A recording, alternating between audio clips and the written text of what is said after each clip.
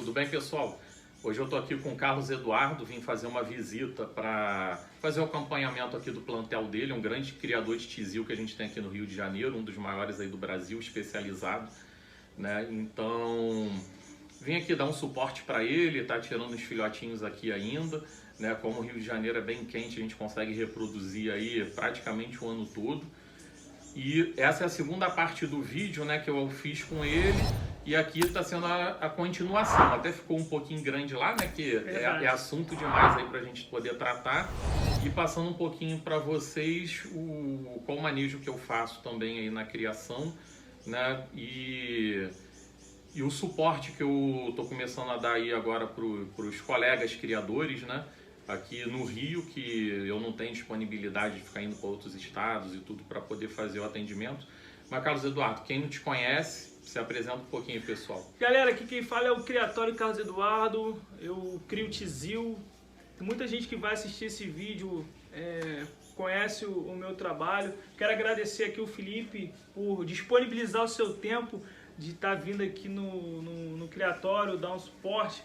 O Felipe também cria tizil, a genética que ele tem lá no Criatório também é daqui daqui do Criatório. É daqui do Criatório e para mim é uma satisfação muito grande receber. Já virou um amigo que já tem tempo que a gente se conhece e sempre que pode o Felipe tá aqui. E eu fiz esse canal por causa dele, né? Que ele já estava me perturbando para poder fazer o canal, né? Para poder passar para vocês aí um pouco de conhecimento que eu tenho.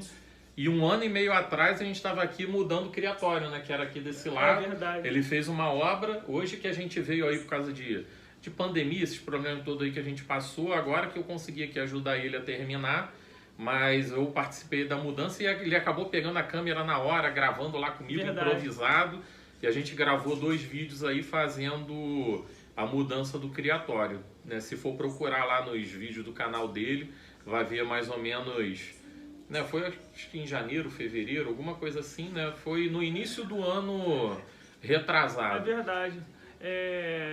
Eu tive que fazer essa mudança e para o lugar que está agora ficou um lugar mais reservado, só eu que entro e nós, quando criamos algumas aves, as aves ela nos conhece. Então, ó, se eu entrar ali, eu fico ali dentro o dia todo no Criatório, eles ficam tranquilos. Agora, se entrar uma pessoa diferente, eles se espantam. Então, a pessoa que cria é fundamental ter um espaço reservado só para as aves. Eu sei que às vezes a pessoa cria e não tem como fazer um espaço reservado, tem essa dificuldade, mas é fundamental, galera, ter um espaço apropriado só para as aves, onde a pessoa que cuida, o criador que cuida, só ele entrar para não ter problema, porque quando entra pessoa diferente, se a fêmea estiver chocando, pode abandonar o choco, se tiver com o filhote, largar o filhote. Então são essas situações que vale a pena ter um cantinho separado para pôr as suas aves. E o Felipe sempre que pode me dá um suporte aqui, às vezes quando tem algumas dúvidas, eu pergunto a ele, porque por mais que a gente crie muito tempo, a gente tem conhecimento, a gente nunca sabe de tudo. Então tem sempre pessoas que vão saber mais do que a gente, que vão passar experiências pra gente que vai agregar na nossa criação. E assim, até a gente, né, que eu fiz graduação, pós, né, fiz agora há pouco tempo aí um curso de aprimoramento, né, para poder ver as novidades aí, como estão as coisas no mercado, né, e acabei, né, dessa forma, como agora eu tenho um pouquinho mais de tempo, né, já estou trabalhando perto de casa e tudo, voltei a atuar um pouquinho mais aí na área para poder dar esse suporte. E a gente que está sempre estudando também não sabe tudo, né, e hoje em dia a pesquisa está avançando bastante, mas tem muita coisa que está longe da gente chegar perto de cão e gato, que ainda está longe da medicina humana, né? Cada vez mais a gente está se especializando, tem mais especialistas em cada área, agora já está dividindo até especialidade, né? Hoje em dia a medicina humana avançou de uma forma que você não tem mais só o ortopedista, né? Tem ortopedista que trata só de joelho, outro só de mão, outro só de cotovelo. Então, na veterinária isso já está avançando mais e está chegando num nível que não tem mais o veterinário de cão, de gato, de cavalo, de silvestres. Dentro dos silvestres a gente trata aí, na pós eu estudei isso, a parte de répteis, mamíferos, aves. E se você for separar, né, até dentro da parte de aves, psitacídeos e passeriformes e outros tipos aí de classes de aves, né, tem um tratamento totalmente diferente. E hoje em dia, vamos focar aqui na nossa área, tem muitos veterinários de silvestres que já estão se especializando só na parte de aves ou só na parte de répteis. Hoje em dia tem pessoal fazendo trabalho até com peixes separadamente. Então por ser criador, né, eu estou focando mesmo para trabalhar com a parte de aves e mais específico ainda com passeriformes.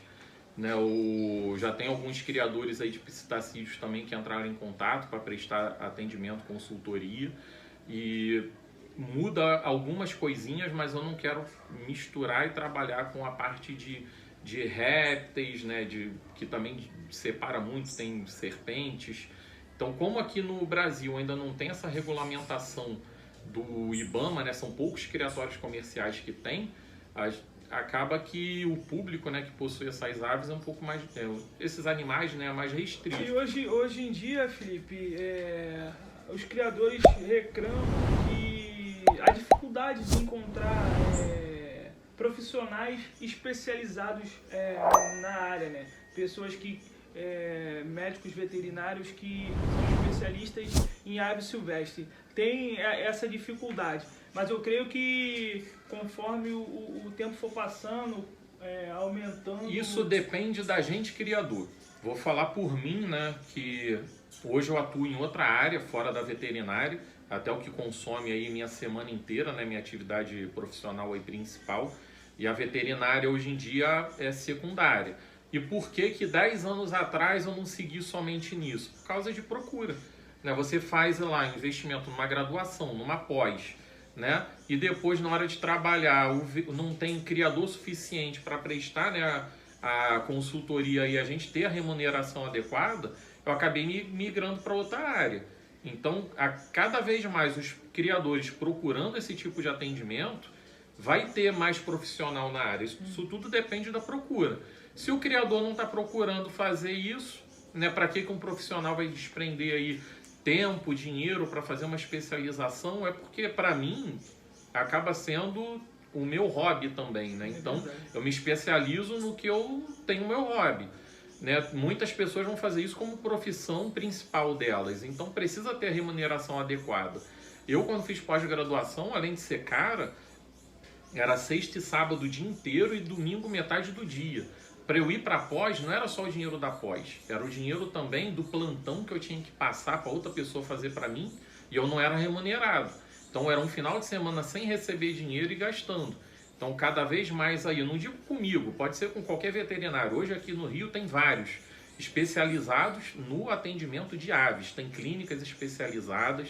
Vocês podem procurar aí os outros colegas que trabalham com isso. Não vou citar nome que eu vou acabar esquecendo alguém aí e o pessoal depois briga. Pô, tu não falou de mim. Mas tem vários aí antigos, outros mais novos, tão bons quanto. Entendeu? Não precisa me procurar especificamente. Procura qualquer veterinário que seja especialista em aves para poder dar consultoria, dar um atendimento aí para vocês, que isso é importante. É verdade. E às vezes a gente acha, a gente vai chamar um veterinário, vai ser caro, mas pode se tornar muito mais caro você não procurar um veterinário, acontecer de dar alguma doença no teu plantel. Imagine só, você por causa de uma suposição, uns R$1.000 de veterinário, você tem um plantel com 40 aves, as tuas aves são infectadas com alguma bactéria, morre tudo. Você perde os filhotes, né? Além de ser complicado, né? A gente não quer perder ave nenhuma, mas você ficar perdendo os filhotes aí na criação, a gente sabe quanto que é difícil, às vezes, aquela genética que você quer tirar um filhote daquela genética, é daquele galador com aquela fêmea específica e não consegue. Quando você consegue reproduzir, aí um filhote desse morre. E pior ainda é você investir, né, numa genética boa. Às vezes tem aves aí, vamos falar em curió, né, bicudo, de aves aí campeão, que são galadores que são de genética de campeões de torneio, que é uma genética procuradíssima, e depois aquela ave morre, deixa uma prole pequena, você consegue um filhote daquele e depois você perde ele. Tem genética que vai se acabando. A gente vê aí alguns trinca-ferros, o coleiro, aquele coleiro fogo selvagem. Tem acho que outro coleiro chamado toque mágico. Umas genéticas assim que são... Tem o John Johnny também, que é daquele criador comercial. É lá do Buriti. Então, são pássaros que têm uma capacidade muito grande. Então, um pássaro que é campeão e o criatório não reproduzir uma espécie para deixar a genética dele, então... Os criadores comerciais, eles são obrigados a ter um veterinário responsável. Toda essa regulamentação, né? Eles têm que ter um responsável técnico, que não necessariamente precisa ser um médico veterinário, pode ser um biólogo, um zootecnista também, mas precisa ter um veterinário responsável.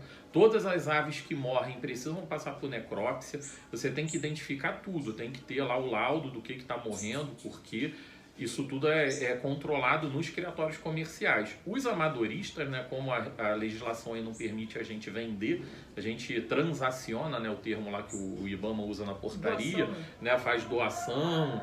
Então, tudo isso que a gente faz também tem um custo de criação, tem aquele apego que a gente tem com as aves, e hoje em dia, né, os criadores amadores já estão se profissionalizando mais, já estão investindo em seleção genética, então começa a ter um custo elevado. São aves aí que a gente leva para torneio e tem aquele valor agregado alto na ave. Então o que você vai investir aí para poder ter um acompanhamento médico veterinário e fazer os exames quando for necessário no plantel, acaba tendo um valor que, se você for ver, não é pouco, mas também não é muito perto do que você vai economizar lá com as futuras perdas que você pode ter, né? Isso no final compensa, além de que é o melhor aí para as aves que você pode fazer. Felipe, tem muitas pessoas que entram em contato comigo falando que seus pássaros cruzam e não enche ovo.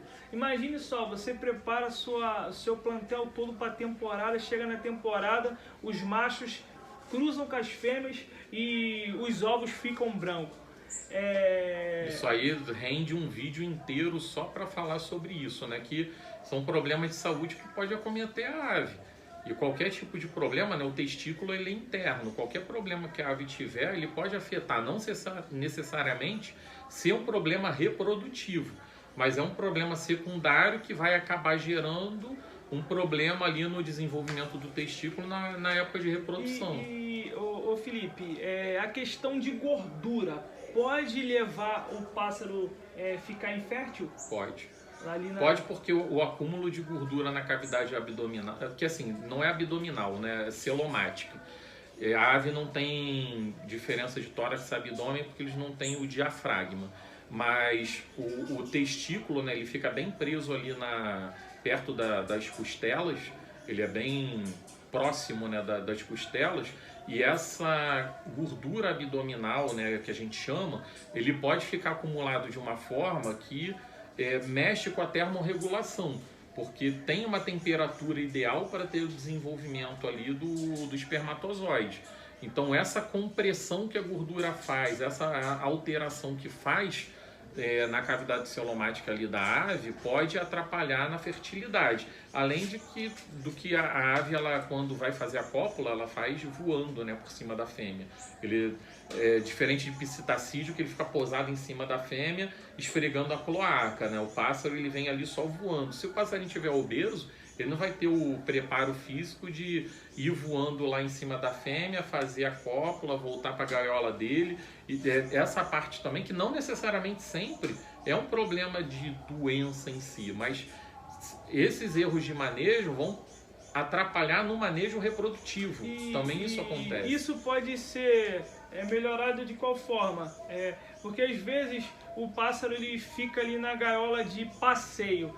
É aconselhável o pássaro ficar na gaiola de passeio, ou ele ter um voador específico para ele ficar ali morar ali naquele voador e só entrar na gaiola de galador quando for para galar, entrar na gaiola de passeio para passear? O que você tem a falar a respeito disso? Então, já está no nome aí, né? Gaiola de passeio é para passeio. né? A gaiola é pequena, é justamente para a gente ter uma comodidade maior para poder sair com a ave, né? A gente não vai sair com um voador de 1,5 m, 2 metros com a gaiola na mão andando na rua, né? E também a gaiola de torneio, ela tem um tamanho específico, né? Não é qualquer tamanho de gaiola que você pode chegar lá e pendurar. Cada espécie, né, tem o seu padrão de gaiola, de empoleiração, tudo certinho para você poder levar. O ideal é você já passear, quem frequenta torneio, já é na gaiola que vai participar do torneio para a ave se acostumar nela. Mas ele precisa fazer exercício físico, alimentação adequada. Trinca-ferro tem muito problema de obesidade, que o pessoal fica, é uma ave grande numa gaiola pequena, com 5 poleiros ele nem voa, só fica pulando de um lado para o outro, entope de verdura, fruta, aí bota vitamina na água, bota um monte de ração, bota ração oleosa, e o animal não tem...